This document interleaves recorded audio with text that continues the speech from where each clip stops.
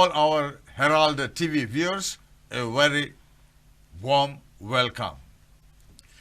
We are launching this program of ours entitled Health and Happiness. We have been talking about diabetes, how diabetes is rampant, and every fourth or fifth person, they say, in India is a diabetic person. We talked about diabetes extensively, and one of the components to control diabetes is your food, and food plays an important role otherwise also, because without oxygen and without nutrients we cannot survive. All nutrients have to come basically from the food, and you need an expert in this field to share the knowledge of what is today good food. You have got processed food, you have got ultra processed food, and so on and so forth. And we are lucky that we have an expert with us. She is with the Goa College of Home Science at Kampala as an assistant professor, holding a master's degree in food nutrition and dietetics, and almost 2 decades of teaching both at the undergraduate and postgraduate level. She resides in Karansalem in Goa, and we have been fortunate that she has obliged us, and she says, yes, I will share, and maybe we don't know exactly how many sessions we will need, but we'll start right from the base and we will go ahead. We have the pleasure of welcoming the one and only Cheryl Afonso de Souza. Madam, nice to have you with us today. Thank you, Mr. Lopez. Always a pleasure to be here. Cheryl, you have been in this field of food, nutrition, and dietetics for so many years now. People have lots of misconception, and since the inroads made by the fast food, and most women today are working, the whole scenario has undergone a tremendous change. We thought that we will start with the basics. What is nutrition? What are the foods that we need? And then we would proceed. And we felt that you are the best knowledgeable person in this field. Thank you. Thank you. Yes, so people first need to understand the difference, I would think, between a food and a nutrient, because there's sometimes confusion in the minds of people regarding the two. And to put it in very simple language, a food is anything that is visible to us, anything that is physical, that we can touch, feel, see, that sort of excites our senses, and we want to either eat it or not eat it. And that's what attracts us to what is laid in front of us, or what we see in the marketplace or in restaurants as human beings. But once we've consumed that food, your liver, your kidney, your brain, your heart is not really interested in whether it looks attractive, but it's interested in what's there inside of the food. Am I getting my required amount of protein, carbohydrate, fat, vitamin, mineral, and of course not forgetting water? And all of these put together gives us what we refer to as energy. So this combination of 6 things are the nutrients that every organ within our body is really concerned with. So everyone needs these 6 nutrients. Definitely, definitely. No two ways about it. We would require them in varying amounts depending upon our gender, our type of work, and at the age we are at. But we have to remember that it's important to understand what is there inside of the food, naturally present, and that can be added to the food because of the cooking methods that we use, which really impacts how our organ systems work. You talked about energy. Basically, I think food gives us energy. One of the primary functions of food, to provide the human body with energy. Because without energy, nothing is possible. Nothing is possible. I think from the time you have been conceived till the time you take your last breath, you're only alive because of the energy in our body. And basically, there are foods that give you good energy. Yes. And there are some foods like sugar, which are only calorie dense. Sugar, they say, it has got no nutritional value. And also they refer that most of the problems today that we see are sugar related. That's very true. When we talk about food being a source of energy, there are 2 nutrients which are very, very important for energy. One is the carbohydrate and the other is the fat. Now, when we look at carbohydrates, there are two types of carbohydrate. One is a complex carbohydrate and the second one is a simple carbohydrate. So what you call sugar right now is actually a simple carbohydrate. And once we understand why we call it a simple carbohydrate, we'll realize why it's impacting our health so much. So if you look at a simple carbohydrate, it's called simple because it doesn't take too long for that particular carbohydrate to be broken down and provide the body with energy. Now you may turn around and say that, isn't that good? Because I'm getting instant energy. But you also have to realize that the faster you get energy, the faster your energy levels go down. So when I'm in a continuous habit of eating simple carbohydrates, or in other words, something that is sugar rich, then I'm constantly eating greater amounts of food. So is that the reason why children, once they are given a soft drink, for example, they are never happy with one and they will ask for more and more and more. The same with the cakes and... Absolutely right. Yeah. Because all these foods like the soft drinks, carbonated beverages is nothing else but high amounts of sugar. You look at cakes, yes, there are other nutrients in them, but primarily we're using a lot of sugar. So they're feeling happy when they're eating the cake and the carbohydrate. They're feeling energetic, but very quickly within a couple of hours energy is down and they want more cake, they want more soft drinks. But it will be very difficult to convey this to the little ones. That's true, but that's where the importance of the family comes in. Once parents are convinced that the health of the child is of primary importance and they start making small changes in the diet of the child, it's going to go a long way in the long So run. basically the mothers, because the mothers Yes, we assume it's the mothers, yes, but the mothers do take a lot of responsibility. they take more responsibility. More Let us responsibility. put it in And that way. they are possibly responsible for cooking. Yeah. So I'm not saying don't give your child a cake. Of course, don't give your child a carbonated beverage is something that I will always stand by because it's empty calories. You don't get any other nutrient from the red colored and the orange colored and the black color. I don't want to take brand names, but you don't get any other nutrient from them except the simple carbohydrate. So that's a definite no-no. If you want to give your child a cake or a donut or a pastry which is laden with these sugars, you also have to make your child understand that along with this comes your complex carbohydrate which he or she has to eat. No two ways about it. And once you set that in system, once children can be very fussy, children can be very bothersome, very troublesome, but that's where your role as a parent comes in. Yeah, you talked about complex carbohydrates. Yes. Could you give some examples? So, any of our cereal products, the whole grain cereals that we have are complex carbohydrates. You're looking at rice, which is also a complex carbohydrate. You're looking at wheat-based products. Then we're looking at vegetables, excellent sources of complex carbohydrates, and fruits. What about potatoes? Potatoes definitely have complex carbohydrates. Sadly, potatoes have been, what do I say? They have been given a bad name tag because they're not really bad. It's the manner in which we make our potatoes that makes them really bad. We generally tend to fry them or use a lot of oil in cooking, which makes them bad. Otherwise, potatoes especially, and one thing that I really would like to put in out here is that potatoes have an edible peel. The jacket of the potato is where all the fiber is, where all the complex carbohydrates are. But what do?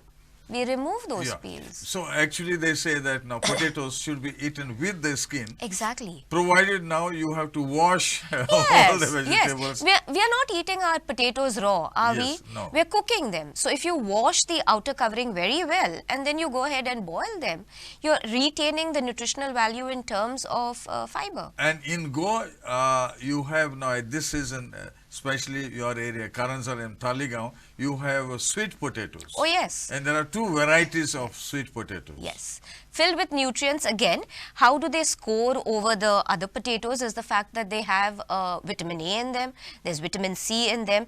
You see the reddish color, that signifies that there's this carotene which is converted into vitamin A. So this is something that we have to make use of and consume on a daily basis. Yeah, and the thought process now, they say that the multivitamin tablets, a lot of people after especially COVID, so they are now looking for tablets. Quick fix. And there's a school of thought which says that most of the vitamins and minerals you get from the food. Totally true. Totally true. And we also have to understand, and this is research, a research-backed statement which says that the body is able to better absorb natural nutrients as opposed to a nutrient that comes in a pill or a powder form. That's why it makes sense that we go back to eating foods in their rich and pure form, and also lay emphasis on the methods of cooking that we use. So both are important. And since most cooking is done by The mother again. again, Yes. I think the mothers have got a vital role in promoting the health of their own children. Totally, totally. Right from the time she realizes that she's pregnant and she conceives, that's the first stage where she has to take care of herself as well as the developing fetus, and then it goes on through life till the child, I think, leaves home. Yeah. And also of late they have been talking of white bread, that white bread is not a very healthy bread. And they talk of Indian bread. They talk of chapatis, parotas, rotis, and then they bring in this concept of atta and maida. Yeah. Yeah, the difference between the two being the refining process. So if you look at the grain, any grain, it has 3 layers to it.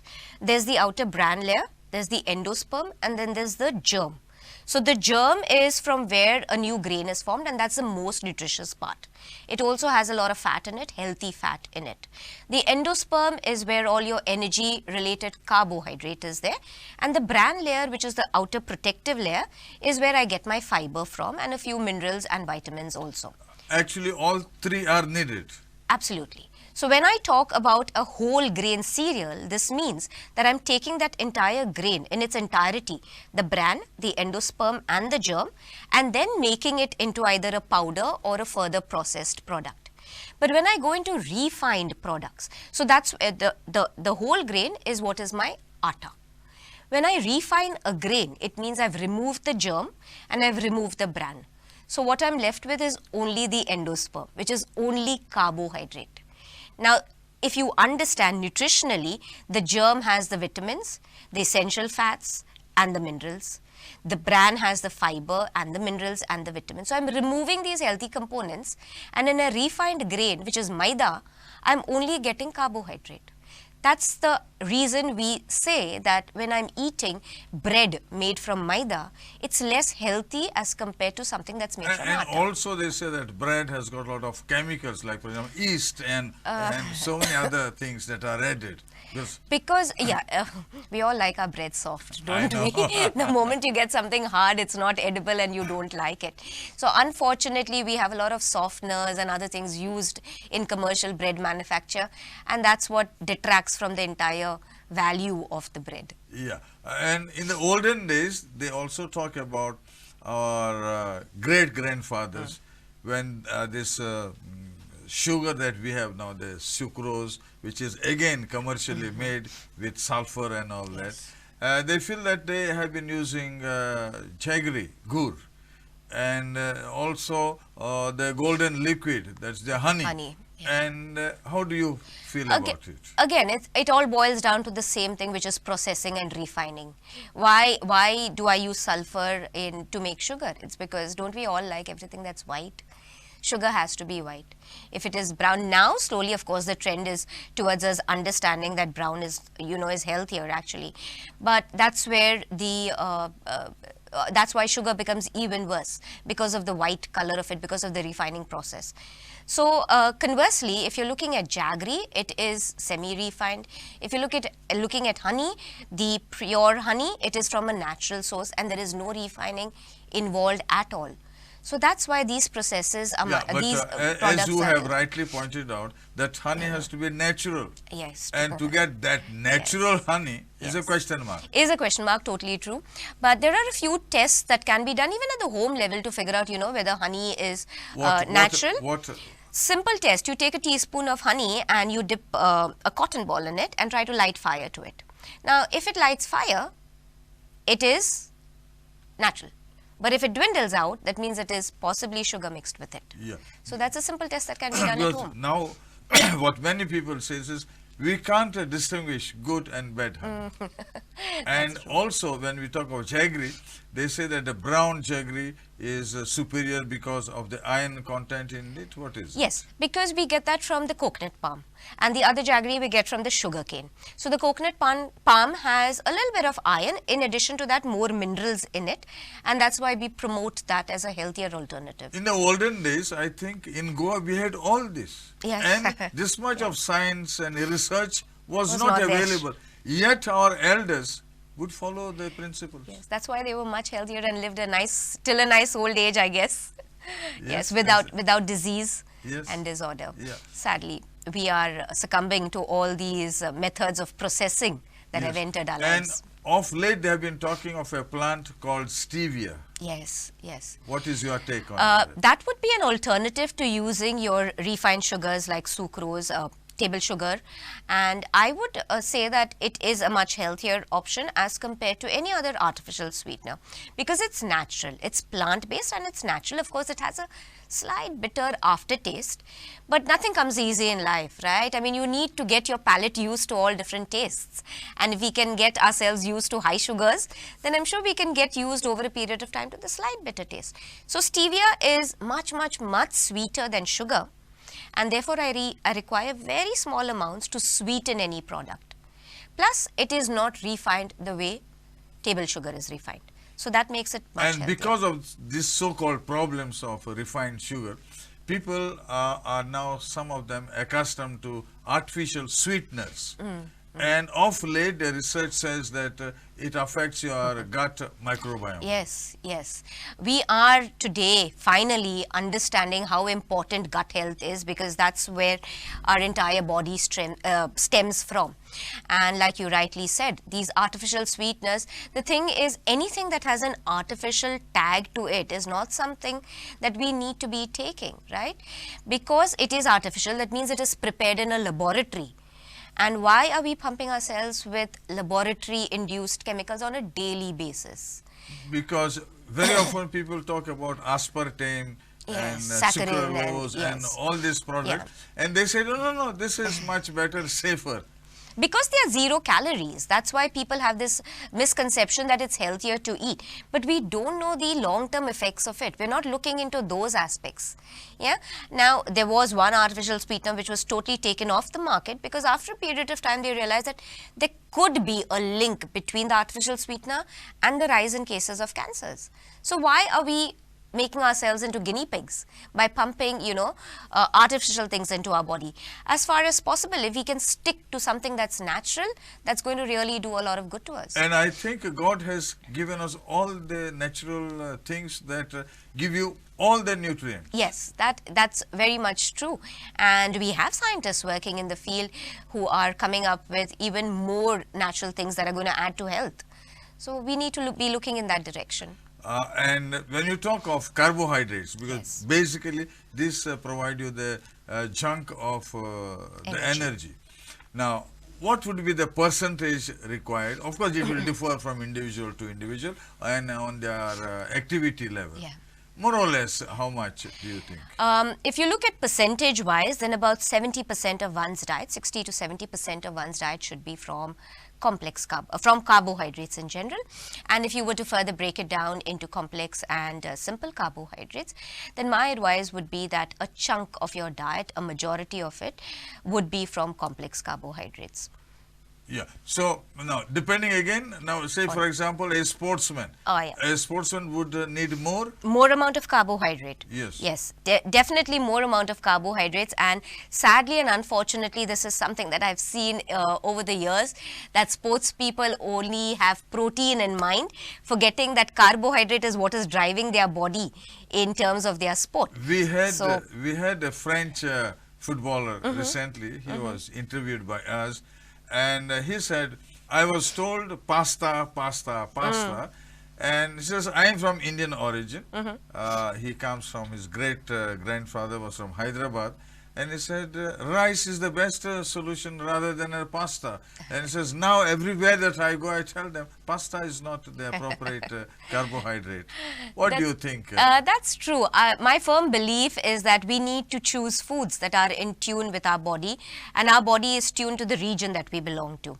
If you look at India, the South India is predominantly a rice-eating Rice. population. North Goans India have always been. have always been eating rice. That's why it really breaks my heart, and I feel sad when, you know, people say that I cannot eat rice because I'm a diabetic and I've been told to cut down rice. It's not really rice that is the culprit, it's possibly the quantities that we are eating. And if we learn to regulate them, then there's no reason why we should not be eating our traditional food, which is rice. And Goans normally, shitkodi, Yes. Rice is there. Of late, it has been polished rice. And in our days, I remember as a youngster, we had this brown, now they say red rice, and now they're talking about black rice. Yes, What do you yes. think about? Always healthier, like I just said about the sugar. Also, polished rice has all the nutrients removed from it. So what we are feeding ourselves is only carbohydrates. But when you're looking at black, red and brown rice, it has the fiber in it, it has the vitamins in it. Yes, it takes longer to cook. It may use up a little more gas, yes.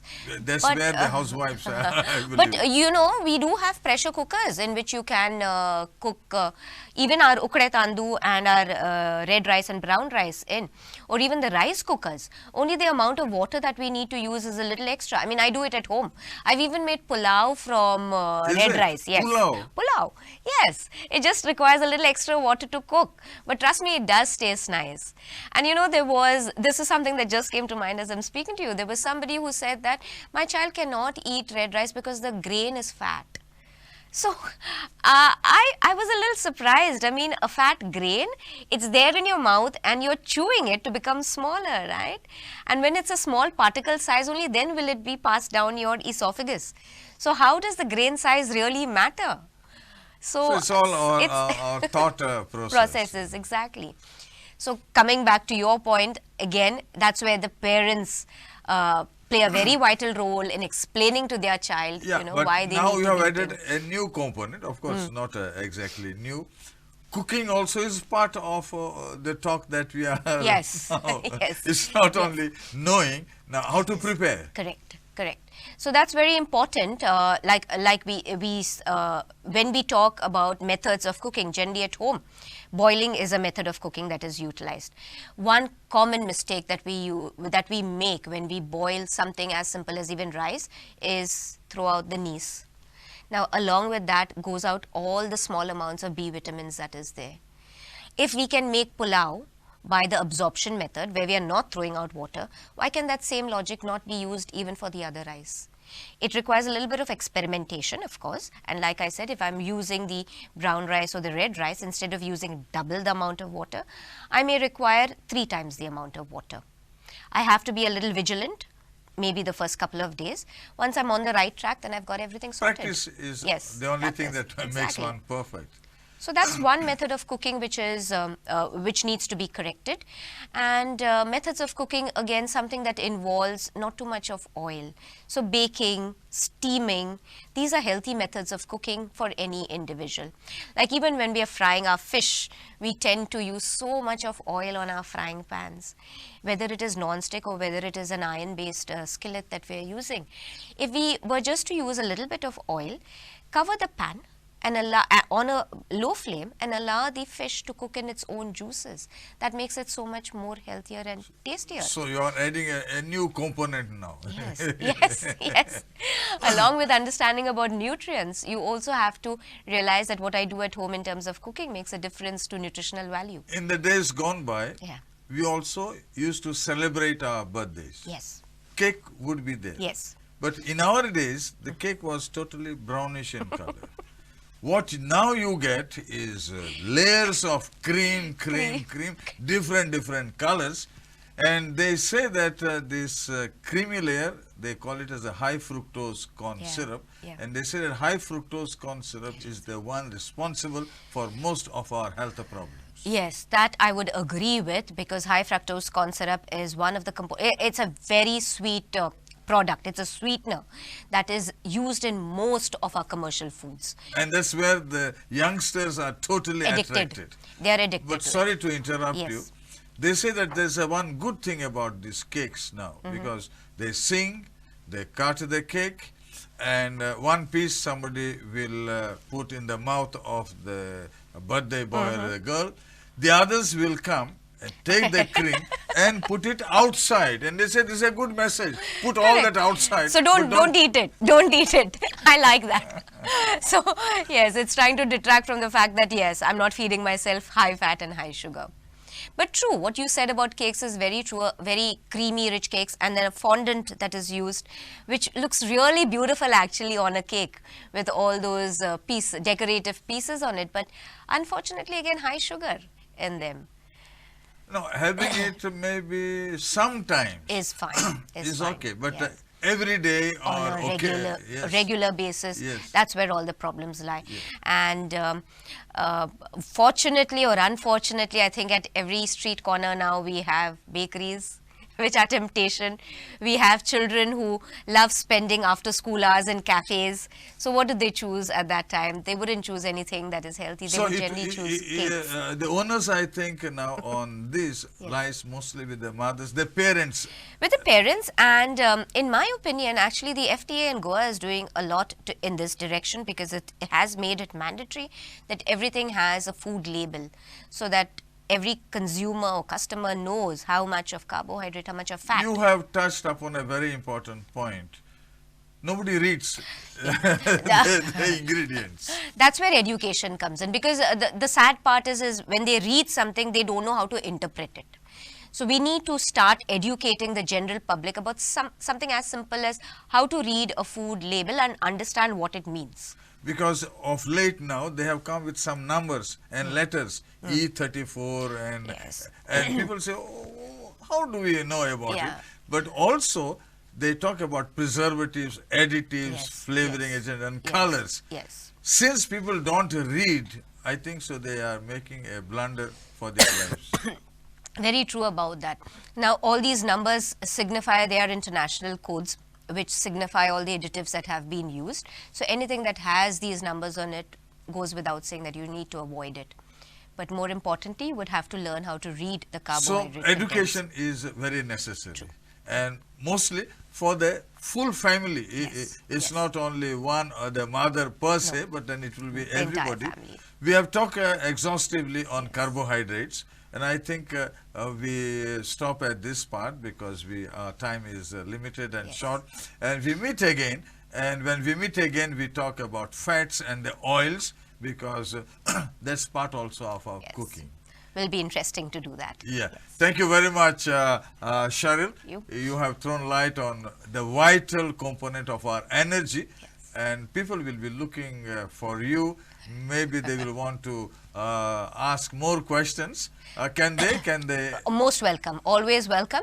As a nutritionist, I think it is my duty to educate the people, especially since we are trying to prevent disease. So always welcome for questions or to clarify any doubts related to. Thank you, Cheryl, very much for being with us.